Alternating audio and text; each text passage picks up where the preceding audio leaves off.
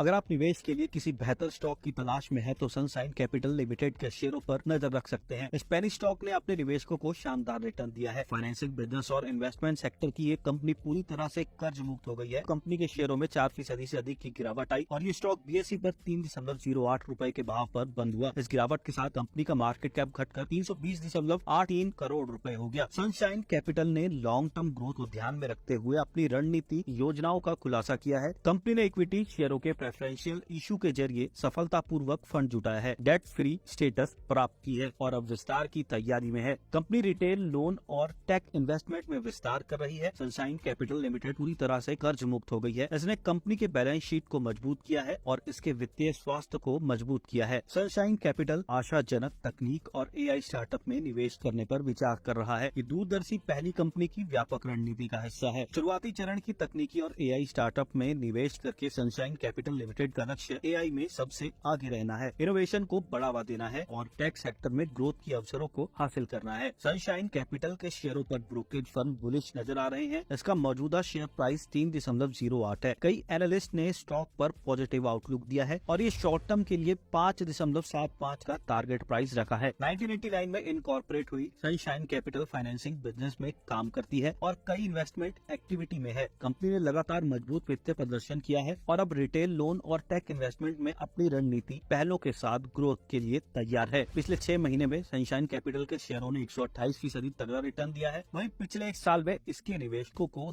211% का मुनाफा हुआ है। पिछले 5 सालों में इसने 2,270% का बम्पर मुनाफा करा है।